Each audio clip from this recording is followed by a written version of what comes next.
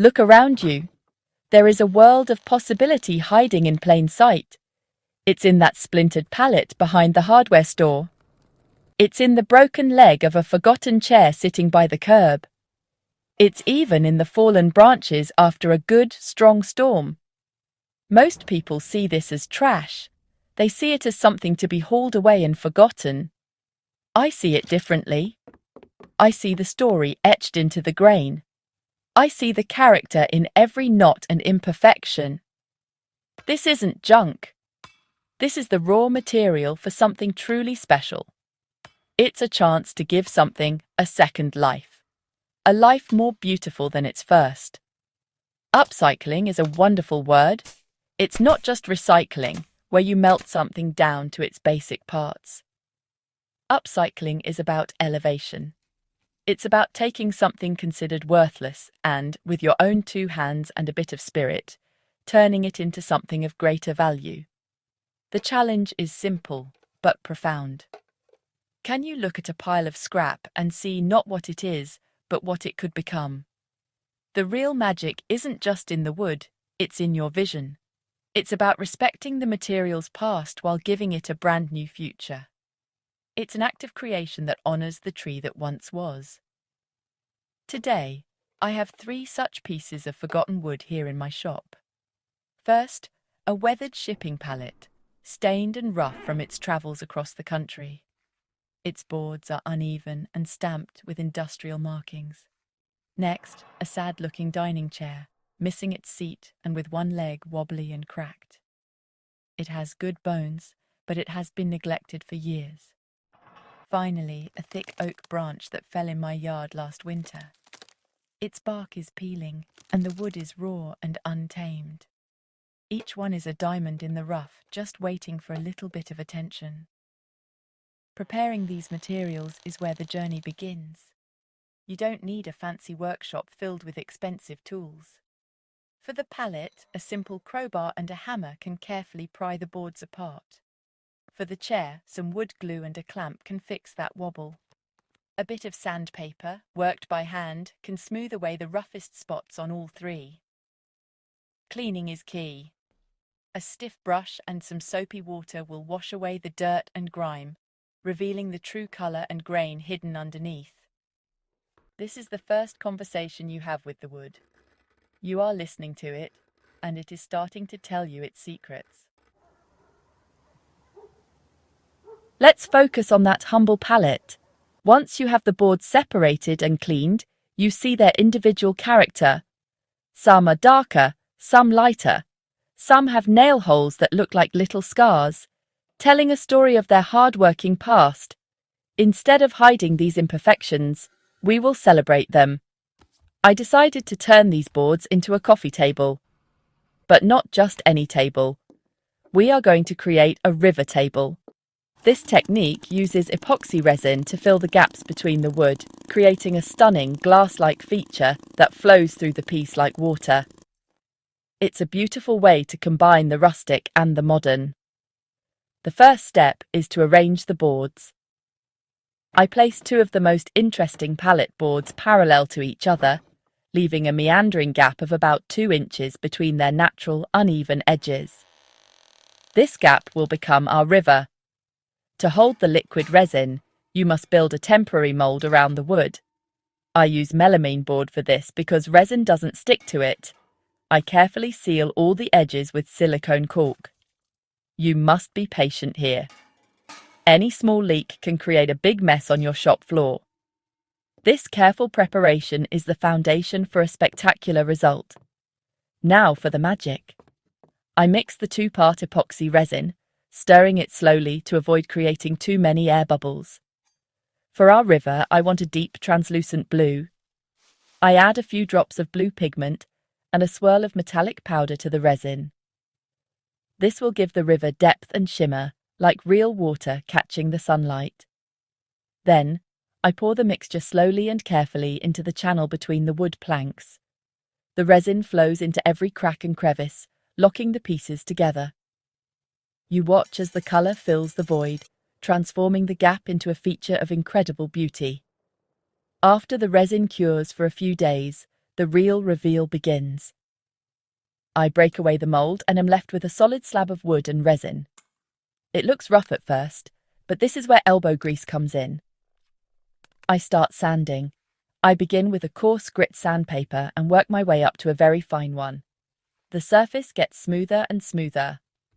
Finally, with the last pass of the sander, the resin turns from cloudy to crystal clear. I apply a coat of oil finish and the wood's grain explodes with colour and depth. What was once a dirty pallet is now a piece of functional art, a table that tells a story of its journey. That wobbly old dining chair had a story to tell. Its elegant lines spoke of family dinners from a bygone era. My inspiration was my grandmother's sunroom, a place filled with plants and books. I didn't want to just fix the chair. I wanted to give it a new purpose that honoured its graceful shape. After gluing and clamping the leg until it was rock solid, I sanded the entire frame down, not to perfection, but just enough to smooth the splintered edges. I then gave it a coat of soft green milk paint, letting some of the original dark wood show through for a gently aged look. Instead of a traditional seat, I built a custom wooden planter box that fits perfectly into the chair's frame. It's now a planter chair, a unique and whimsical piece of art for a porch or garden. The chair no longer holds a person. It holds life. It holds trailing ivy and bright flowers. It's a conversation starter, a piece that makes you smile. It has been transformed from a piece of broken furniture destined for the landfill into a beautiful object that celebrates nature. It's a testament to the idea that an object's function can change, but its soul can be preserved and even enhanced. And the oak branch, that piece of raw nature, held a different kind of power. It was strong and wild. I was reminded of the simple, sturdy coat racks you see in old cabins. I wanted to capture that rustic spirit. I carefully stripped away the peeling bark, revealing the smooth, pale wood underneath. I sanded it just enough to prevent splinters, but left the natural bumps and curves of the branch intact. The beauty of this project is its simplicity. The branch itself is the star of the show. My job was just to help it shine. I sliced the thickest end of the branch at an angle so it would sit flush against a wall. Then I selected a few smaller offshoots along its length and trimmed them to about 4 inches, creating natural hooks. After drilling a couple of holes for mounting, I sealed the entire piece with a clear, matte finish to protect the wood without making it look glossy or artificial. It is now a coat rack hanging by my door. It's organic, functional, and deeply connected to the land it came from. Every time I hang my hat on it, I feel a connection to that old oak tree in the yard. Now you have seen the transformations. You have seen how a pallet, a chair, and a branch were given new life.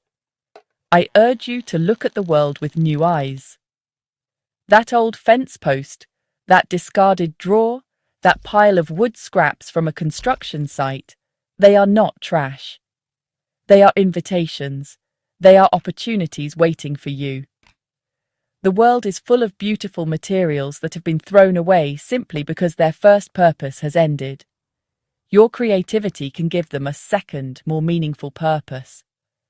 Start by looking in your own garage, your basement, or your backyard. Finding materials is an adventure in itself.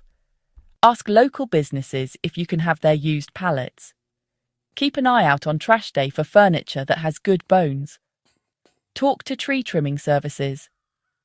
Often they are happy to give you logs and branches they would otherwise have to dispose of. Start small. Your first project doesn't need to be a giant river table.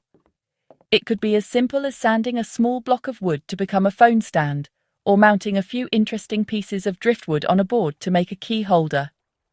The goal is to begin. The most important tool you have is your imagination. Don't be afraid to try things. Don't be afraid to make mistakes. A mistake in woodworking is often just an opportunity for a new design. If you cut a board too short, you have simply created two smaller, equally useful boards. This is a journey of discovery, not a test you have to pass.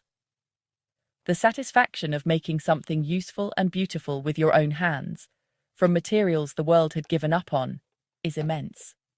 It connects you to a long tradition of craft and ingenuity. And finally, share what you do. Show your friends and family what you have made. Post pictures of your projects online. Join a community of makers. When we share our ideas, our successes, and even our failures, we all grow. We inspire each other to see the hidden potential all around us. So go on. Find a piece of forgotten wood. Clean it up. Listen to its story. And then, with your own two hands, help it sing its next song. The workbench is waiting. Let's get to it.